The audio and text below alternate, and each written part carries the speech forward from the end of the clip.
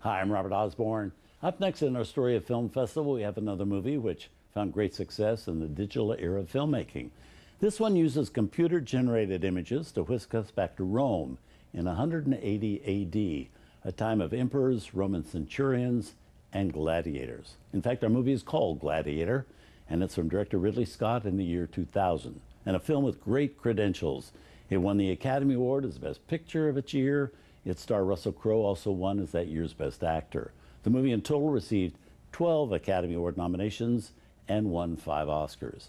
Now in the movie, Russell Crowe plays Maximus, the trusted general of Emperor Marcus Aurelius, played by Richard Harris. And the emperor has decided Maximus should be his successor, not the emperor's son, Commodus, played by Joaquin Phoenix. Now understandably, that decision doesn't sit well with the son, who's quite a schemer and hatches a plan to have Maximus murdered. All this ultimately leads to Maximus running afoul of slave traders and ending up as a gladiator who has to enter the arena and battle opponents to the death as part of a spectator's sport. He does that, always keeping his primary focus, though, on one goal: revenge against the emperor's nasty son. When this film came out, it pretty much took everybody by surprise.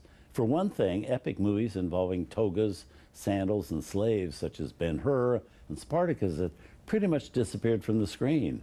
Also, director Ridley Scott had most recently been making smaller-sized projects such as White Squall and G.I. Jane. So doing a big epic like Gladiator was not only a surprise but a revelation, since it proved to be so intense and so powerful, so full of surprises and action, so good the public loved it.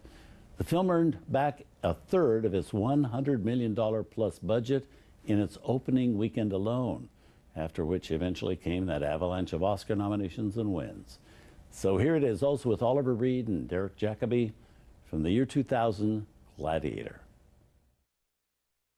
In the original script of this movie, the Gladiator promoter, Proximo, played by Oliver Reed, survived.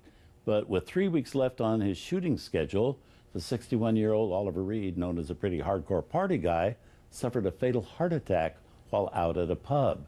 So the script had to be changed to include Proximo's death, the necessary scenes shot by using a body double, and $3 million worth of special effects to superimpose Oliver Reed's face onto the doubles. Meanwhile, Russell Crowe survived, certainly, but he did incur some nasty injuries during filming, including a fractured foot, fractured hip, displaced bicep tendons. But at the end of the tunnel, there was an Oscar that he got as the year's Best Actor and all the acclaim that came with it.